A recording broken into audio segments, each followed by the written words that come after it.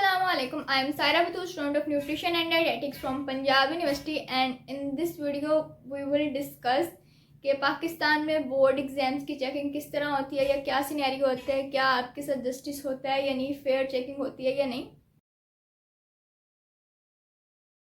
तो सबसे पहले तो इन वेरी सिंपल वर्ड्स कि चेकिंग उस लिहाज से जस्ट नहीं हो पाती जिस लिहाज से स्टूडेंट्स ने मेहनत की होती है, जितना सब बच्चे बोर्ड्स की क्लासेस को सीरियस ले रहे होते हैं और दे न्यू के their future depends on the marks they gain in their board classes, कि उस बेस पे यूनिवर्सिटीज़ में एडमिशन होंगे एंड ऑल।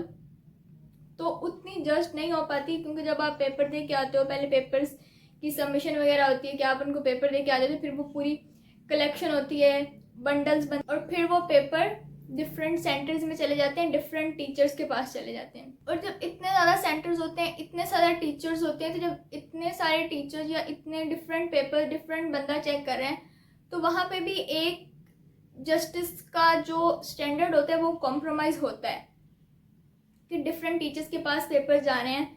तो एक तो ये सिनेरियो होता है। लास्ट में मैं अपना एक्सपीरियंस ये बताऊँगी कि मैंने भावलपुर बोर्ड में अपने पेपर की रीकाउंटिंग करवाई थी, क्योंकि हमेशा रीकाउंटिंग होती है, वो कभी भी आपका पेपर दोबारा से रीचेक नहीं करते कि अगर आपने कुछ सही लिखा हुआ है उसको गलत किया हो तो वो उसको दोबारा चेक नहीं करेंगे, वो जस्ट काउंट करेंगे कि क्या काउंटिंग में मिस्टेक है, यानी कि क्या टीचर ने नंबर दिया हुआ है पर काउंटिंग में वो काउंट हुआ है, यानी जस्ट इतना सा सीन होता है, वरना वो कभी भी चेक दोबारा नहीं करते।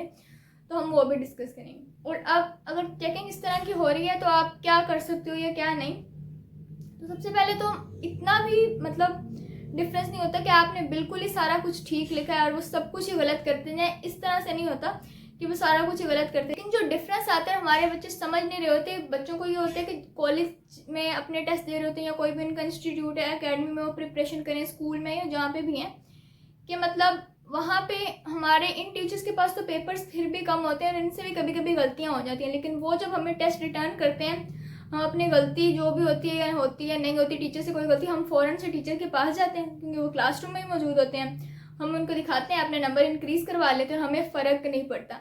लेकिन आपको ये माइंड में रखना चाहिए कि वहाँ पे अगर हमारे साथ इस तरह हुआ तो वहाँ पे कोई हमारे सामने नहीं बैठा कि हम अगर प्रॉपर अप्लाई करके फ़ी चलान पे करके इतनी दूर बोर्ड में जाएं और वहाँ पे वो सिर्फ हमारे नंबर काउंट करे, चेक ना करे और हमारे नंबर इंक्रीज़ ना और इतनी ख्वारी भी हमें करनी पड़े, तो फिर क्या करना चाहिए।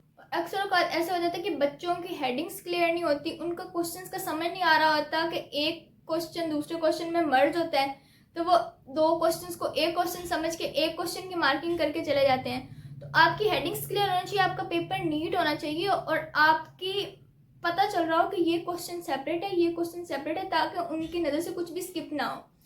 और कभी कभी ऐसे होता है कि जब लास्ट वाले पेजेस चल रहे होते हैं तो आपको होता है कि अगर 3 से 4 लाइनें बच गई या 4 से 5, तो आप कहते हो कि यहाँ से क्या है शुरू करना, आप नया पेज शुरू कर लेते हो। और कभी कभी उनको लगता है एग्जामिनर्स को कि पेपर एंड हो गया है। ये सीन्स रेयर होते हैं लेकिन हो सकते हैं। तो आपकी छोटी छोटी प्रिकॉशंस आपको एक बड़े अजाब से बचा सकती हैं और आपको वो रीचेकिंग और इस चीज़ का आपको रोला वगैरह ना हो। तो आपको चाहिए कि आप अपने पेपर पे छोटा सा PTO लिख दो। PTO means page turn out, कि हमारी अभी चीज़ ख़त्म नहीं हुई, हमारी बात अभी आगे कंटिन्यू है, तो पेज टर्न ऑफ। सबसे ज़्यादा ये उर्दू के पेपर में चांसेस होते हैं कि उर्दू का पेपर एक तो इतना ज़्यादा लेंथी होता है और इतना लेंथी कि होने के साथ साथ अब वो पता नहीं चल रहा होता कि आपका खुलासा कहाँ पे ख़त्म हो रहा है, आपकी तशरीह कहाँ पे ख़त्म हो रही है, आपका लेटर कहाँ पे ख़त्म हो रहा है।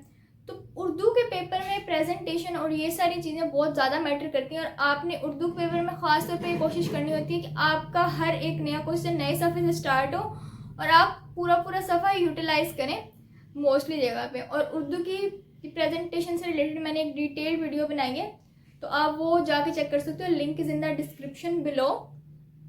और उसमें मैंने बताया कि I got 90 marks in Urdu, तो वो एक डिटेल वीडियो, सेपरेट वीडियो, वो आप जाके देख सकते हो कि कैसे कर सकते हैं। और फिर पाकिस्तान में इस तरह की चेकिंग वगैरह हो जाती है और जब वो रिकन्सिडर भी जिस तरह कहते हैं कि 3-3 बार पेपर चेक होते हैं, ये वो 3-3 बार को इस तरह आएगा, इस पेपर चेक नहीं होते। पेपर इस तरह चेक होते हैं कि जब एक वो बंडल बना होता है, कोई भी टीचर अब पेपर्स के जो रीचेकर आया है जो भी, तो वो उस बंडल में से 2-3 पेपर निकाल के देखेगा और उसको जैसा भी लगेगा वो उसकी चेकिंग करके और बाकी पेपर्स उसी तरह ही आगे चले जाते हैं और फिर इसी तरह रिजल्ट आ जाता है।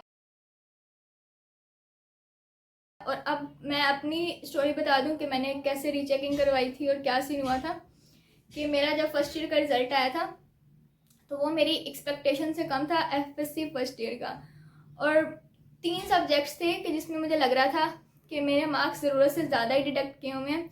एक फ़िज़िक्स का, एक उर्दू का और एक पेपर था केमिस्ट्री का। तो उर्दू का ये था कि 100 आउट ऑफ मेरे 81 आए थे। अब बाकी सब की नज़र में ये बहुत अच्छे थे कि उर्दू में इतने आते नहीं हैं, बट आई वाज लाइक कि मेरा पेपर 88 89 वाला हुआ था, मेरे यहाँ से ज़्यादा मार्क्स काटने हुए हैं। और इस केमिस्ट्री में आए थे मेरे 85 में से 81, और मुझे था कि ये मेरे 4 मार्क्स नहीं जाते, 85 आउट ऑफ 85 वाला मेरा पेपर हुआ था। और फिज़िक्स में तो बहुत ही ज़्यादा मार्क्स काटे हुए थे, और जिसकी वजह से मुझे था कि मेरे मार्क्स अब ज़्यादा से ज़्यादा भी काट लेना, इतने मार्क्स बन ही नहीं सकते। तो फिर खैर मैंने रीचेकिंग के लिए अप्लाई किया, अपने पेरेंट्स से बात की। तो मेरे पेरेंट्स ने अल्हम्दुलिल्लाह मुझे हमेशा सपोर्ट ही किया। तो उन्होंने बोला कि आप एक में अगर करवा रहे हो तो फिर तीनों में करवा लो। मैंने कहा नहीं, मुझे पता है कि उर्दू लिटरेचर है, उन्होंने कहीं ना कहीं से काट लिया, उन्हें उसका फ़ायदा नहीं होना, क्योंकि उन्होंने रीचेकिंग तो करनी नहीं है, करनी तो रिकाउंटिंग है। उसके साथ साथ केमिस्ट्री में भी उन्होंने लॉन्ग क्वेश्चन में इस तरह करके एक नंबर काट लिया उन्होंने, वो भी 4 मार्क्स उन्होंने नहीं काउंट करने। लेकिन फिज़िक्स का पेपर इस लाइक कि मुझे पक्का पता है कि रिकाउंटिंग मेरी होगी, और वहाँ पे उन्होंने काउंटिंग मिस्टेक ही की होगी, क्योंकि इतने मार्क्स मेरे कट ही नहीं सकते कभी। तो खैर फिर मैंने अपने कॉलेज वगैरह से बात की, अपने प्रिंसिपल वगैरह से बात की, उन्होंने मेरे लिए अप्लाई कर दिया बोर्ड में। और फिर कुछ टाइम बाद, कुछ नहीं बल्कि काफ़ी टाइम बाद ही उनका हमारे फ़ोन पे मैसेज आया कि मतलब रात को मगरिब के बाद मैसेज आया कि सुबह आप 10 बजे बोर्ड में हो और अपना पेपर चेक कर लें। और जहाँ पे मतलब मेरा सिटी है वहाँ से भावलपुर दूर है, और मेरे पापा को भी इतना कोई काम था, सिर्फ मैं और मेरी मामा गए सुबह बस में हम लोग गए। सुबह हम 10 बजे से पहले भावलपुर बोर्ड में पहुँचे। फिर मतलब वो एक बहुत ही मतलब स्ट्रेसफुल सा सफ़र था कि हम इतना सफ़र करके जा रहे हैं, और मुझे ये था कि मैं यही दुआ करी थी कि मेरे मार्क्स इंक्रीज़ हो जाएं। जब मतलब मेरे मामा पापा ने, पेरेंट्स ने, सब ने मुझ पर ट्रस्ट किया और उसकी फ़ी वगैरह पे कर मेरे सामने मेरी मामा इतनी सुबह जा रही हैं, तो वो वर्थ इट हो जाए सारा कुछ।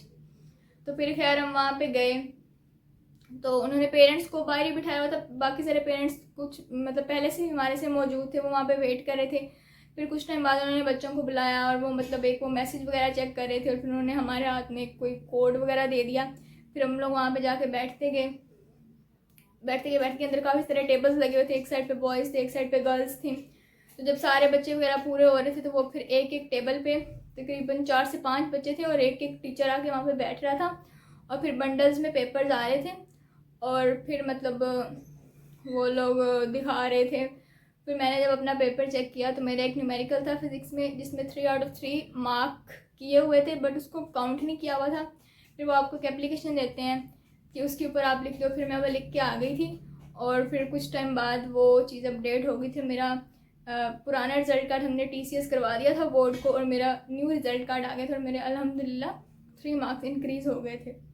लेकिन और भी बच्चों ने मेरे साथ, 1-2 स्टूडेंट्स और थी, मतलब उन्होंने भी करवाई थी। बहुत सारे बच्चे करवाते हैं तो उनके मार्क्स इंक्रीज़ नहीं होते, क्योंकि बच्चे रीचेकिंग के उससे जा रहे होते हैं, और रिकाउंटिंग का उनको, क्योंकि काउंट मार्क्स सही किए होते हैं। मुझे बहुत ज़्यादा कॉन्फिडेंस था कि मेरे इतने मार्क्स कट हो ही नहीं सकते, इसलिए मेरे इंक्रीज़ हो गए, वरना ये मार्क्स इंक्रीज़ होते नहीं हैं। तो ये छोटी छोटी प्रिकॉशंस होती हैं जो आपने करनी होती है। और Cyrus for this was it for today's video, and you have to share my videos to your all study groups, to your class groups and with your friends, और 30th of August से पहले 100 subscribers done करें तब तक, क्योंकि मेरी vacation है and I am posting daily for you guys. तो थैंक यू सो मच, तब तक के लिए अल्लाह हाफिज़।